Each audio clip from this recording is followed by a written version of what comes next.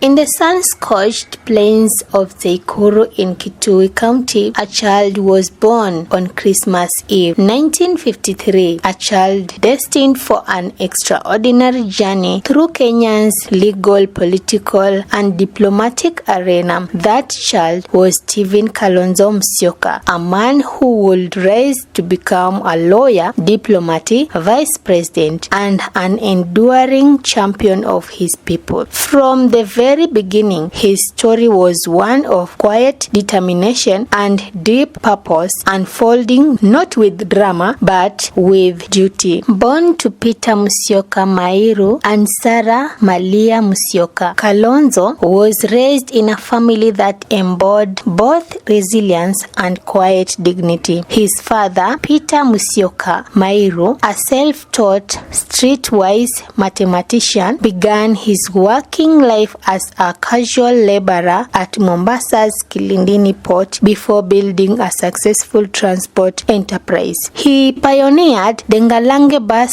service linking remote Tseikuru to Nairobi long before rural infrastructure became a matter of national debate. Kalonzo's mother, Sarah, offered spiritual grounding, gentle strength, and unwavering faith, instilling in her son a deep moral compass that will guide him throughout his life. In 1960, Kalonzo began school at Kiamwilu Primary School and later transferred to Tseikuru Full Primary School. Even with limited resources and essential classrooms, his brilliance began to emerge. He was a quiet but focused student, one whose intellect would open doors beyond his rural village. By 1973, he had entered the University of Nairobi to study law. In 1977, he graduated with a Bachelor of Laws and later completed a postgraduate diploma from the Kenya School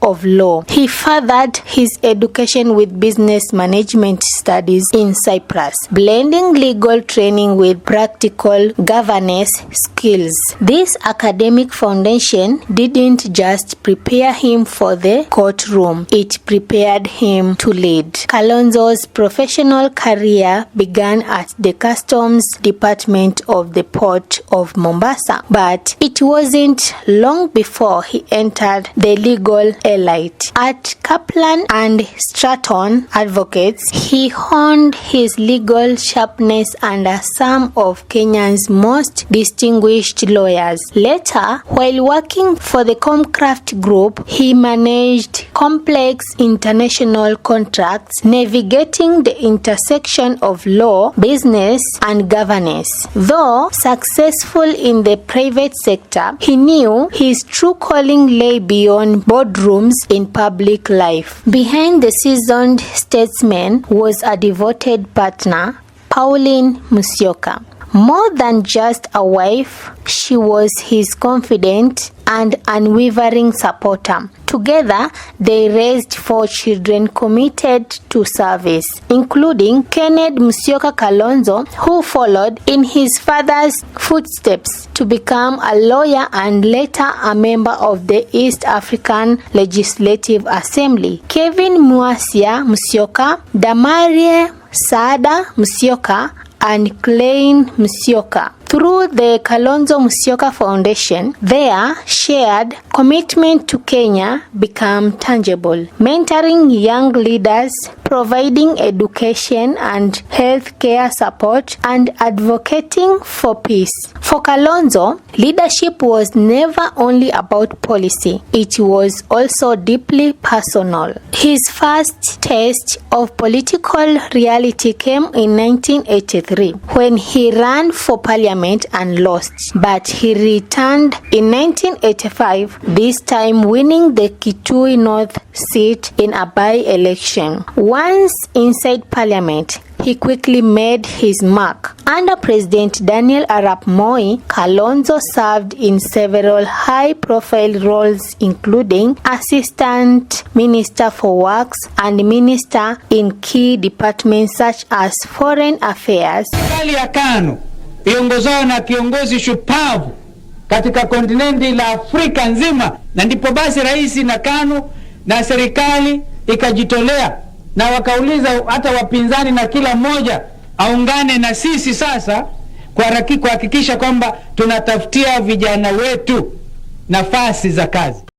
Education, tourism, and information. He rose to become Deputy Speaker of Parliament, earning respect as a thoughtful, soft-spoken leader who bridged divides with diplomacy rather than force. In 2002, as Kenya stood at a crossroads, Kalonzo made a bold political decision. He broke ranks with KANU to join the National Rainbow Coalition NAC, helping end Moi's 24-year rule and ushering in a new democratic dawn. Rainbow, inji kawa rainbow. Kumbe na kina Kibaki na kina Charity Ngilu na Wamalwa nao kwa na NK ambayo haina nguvu. Ilikuja ikawa energized. We have negotiated, we have gone through very difficult process of negotiations. I know many of our friends may not have been happy with what we have been doing. We have been called names. We have been told that we will not get anywhere. But I want to say that those prophets of doom have now been proved wrong. Rainbow and NAC are today in the same democratic boat. Today, we are gathering to cement our unity ahead of victory. This is the ultimate solution to the removal of Moi from power and the casting to the bushes of his so-called project. This initiative was inspired by one burning desire by the Kenyans to see a united democratic front within the opposition. With the NAC victory, Kalonzo returned to cabinet, first as Minister for Foreign Affairs and later in the Environment docket, playing a crucial role in shaping Kenya's post-Moi governance and environmental policy. The 2007 elections, however, brought one of Kenya's darkest chapters. Kalonzo ran for presidential candidates under the ODM Kenya banner, placing third. The aftermath was terrible: violence, death, and a country on the brink of collapse. As Kenya banned, diplomacy prevailed. International intervention led by former UN Secretary General Kofi Annan gave birth to a grand coalition government. We have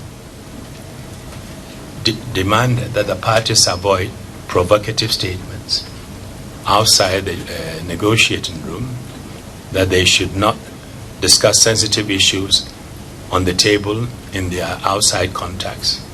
And we are going to be vigilant on that. We have discussed the issue and the statement that was issued, and I think there's a clear understanding that it should not have been done, and there will be no mass protest. Raila Odinga was appointed Prime Minister, Mwai Kibaki remained President, and Kalonzo was named the first Vice President from Ukambani community in 2003. Office of the Prime Minister. Prime Minister, the Honorable Raila Amolo Odinga. I, Stephen Kalonzo Musyoka, in full realization of the high calling as Vice President of the Republic of Kenya, do swear that I will be faithful and bear true allegiance to the Republic of Kenya, that I will obey, preserve, protect, and defend this Constitution of Kenya as by law established and all other laws of the Republic, and that I will protect and uphold the sovereignty, integrity, and dignity of the people of Kenya. So help me God. After the death of the then Vice President Michael Kijana Wamalwa August 2003. For him, it was not a prize for political maneuvering but a solemn duty, a responsibility to help restore order and national unity. From 2008, Raila and Kalonzo stood together in the coalition government, Vice President and Prime Minister, managing a fragile peace. But politics is rarely static. Over time, the alliance strained. In December 2017, following a fiercely contested presidential election that Raila Odinga and his party, the National Super Alliance NASA, claimed was reached in favor of the essential, Raila held a symbolic swearing-in ceremony at Uhuru Park, declaring himself the people's president. I, Raila Amolo Odinga, in full realization of the high calling, assume the office of the people's president of the Republic of Kenya. So help me God. This dramatic move came after he boycotted the repeat election on October 26th, which had been ordered by the Supreme Court after nullifying the original August 8th vote due to electoral irregularities. Despite Raila's absence from the ballot, Uhuru Kenyatta was declared the winner and officially sworn in for a second term. A notable absence from Raila's ceremony was his former running mate and close ally, Stephen Kalonzo Musyoka, whose decision to skip the event was widely viewed by Raila's supporters as an act of betrayal, some even branding him a coward for failing to stand with Raila at a crucial moment. Kalonzo si mtu mzuri. Sasa angetufanyia hivyo, mbona ametufanyia hivyo? Angekuja tuwapisha hapa. Uchumi imepanda, unga imepanda, kila kitu imepanda. Tumeshinda hapa the whole day. Na kama umechezea na Kalonzo na sana. And in fact I'm very disappointed with Kalonzo. Sisi tulikuwa tunajua tunakuja kuapisha president na deputy wake. Sasa yeye anaacha president anakuja yeye akuji. Which game is he playing with us? Tunataka washikane pamoja kama wananasa. Ndio maana sisi pia tuliharibu kazi zetu leo tukuje tuapishe president. But he has disappointed us. We are very disappointed with him. Yes. Kalonzo ni mwoga. Kalonzo ni mwoga sana. Mtu haitwi watermelon bure. Tumekuja hapa ona umati imeona. Tumekuwa hapa saa ngapi? Saa hizi mpaka saa hizi Kalonzo hajatokea. Stephen Kalonzo Musyoka anatafuta endorsement ya Mwenyezi Mungu peke yake.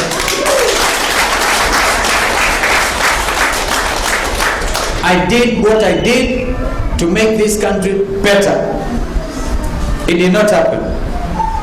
Goodness me, I am senior counsel, and that is the highest rank an advocate aspires to.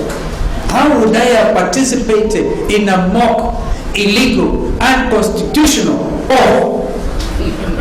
How? I would have disqualified myself. Because lawyers and all of us swear to uphold the Constitution.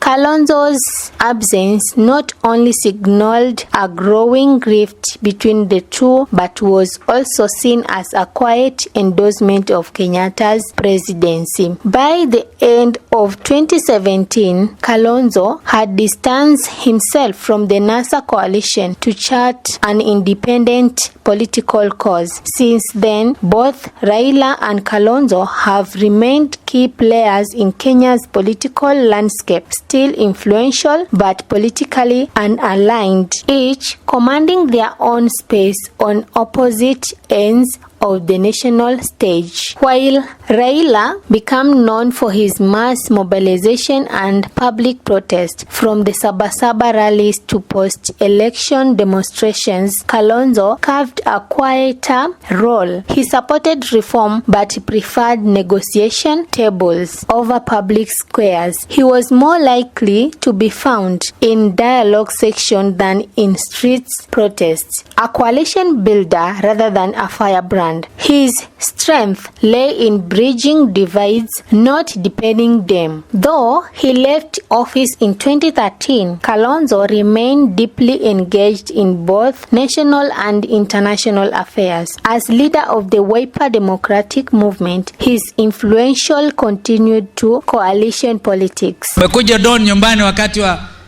msisimuko mpya. Wengine wanasema katiba irekebishwe, wengine wanapinga. Hiyo ni hali ya Kenya. Kenya hii ni ajabu. Nyinyi wenyewe wananchi wa Kenya ndio mtaamua kama mnataka marekebisho ama hamtaki. Kwa hali ambayo mimi kila wakati usema tukiwa na contested referendum, hiyo kwanza inaanza mgawanyiko hapa. Internationally, he took on the role of Kenya's special envoy to South Sudan, helping to mediate fragile peace deals among warring factions. Wiper Party leader Kalonzo Musyoka has returned to the country from Juba, South Sudan after his first assignment as a special envoy after taking up a new role in monitoring the peace process in South Sudan. Kalonzo had accompanied Foreign Affairs CS Monica Juma to Juba after being appointed head of the Joint Monitoring and Evaluation Commission on Peace in South Sudan, JMEC. Ndugu yetu Kalonzo hata yeye pia atusaidie kuingine upande mwingine kuleta amani, kuleta nchi pamoja, kufungua biashara za Wakenya, nchi za nje. Kuna shida hapo jameni.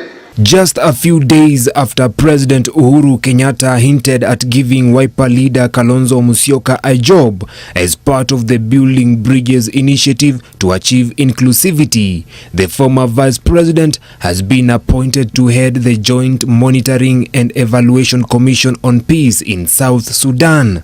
On his first assignment, Kalonzo accompanied the Foreign Affairs Cabinet Secretary Monica Juma to Juba to deliver President Uhuru Kenyatta's congratulatory message to South Sudan President Salva Kiir for implementing the South Sudan Peace Agreement.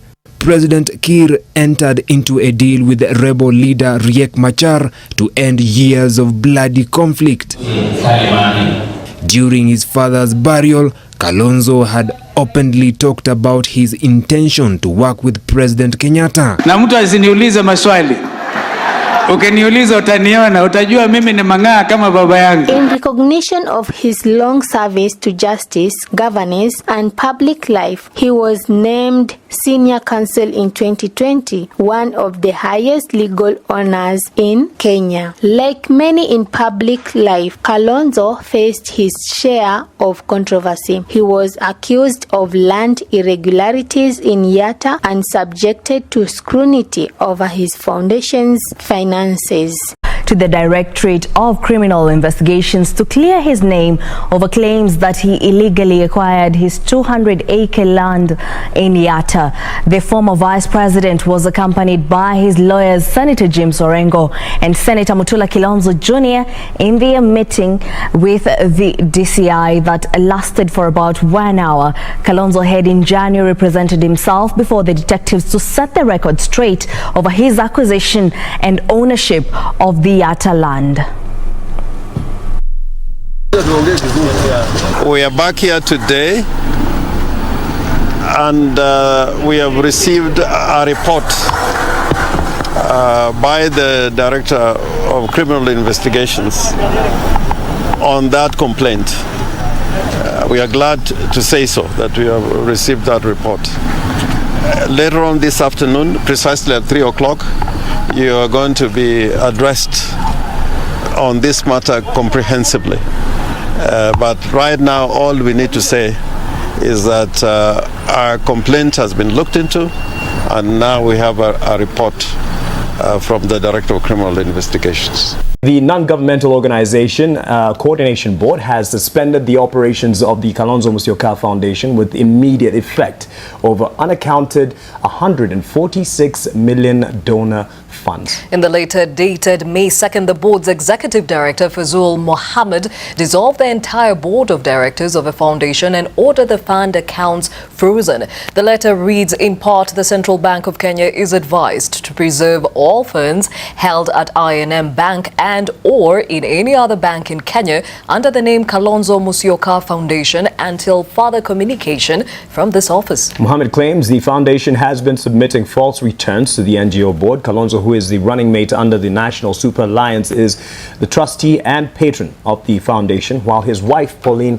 is listed as a trustee and chairperson. But after multiple investigations and legal reviews, he was cleared of wrongdoing. In an era of misinformation and digital slander, Kalonzo stood firm, calm in the storm, unshaken by noise, and focused on mission over media. Kalonzo Musyoka is not a man of theatrics or applause. His leadership style is grounded, deliberate, and principled. To some, he is the bridge between bitter rivals. To others, a moral compass in shifting political tides. Where others sought glory in headlines, Kalonzo found meaning in quiet service. He built trust where others break it, offers calm where others inflame, and provides perspective where others provoke. As the sun sets over the family's hills of Tseikuru, one can imagine a child writing on a classroom wall, leadership rooted in loyalty. Kalonzo's life, from humble beginnings of diplomatic heights, mirrors Kenya's own journey, marked by struggle,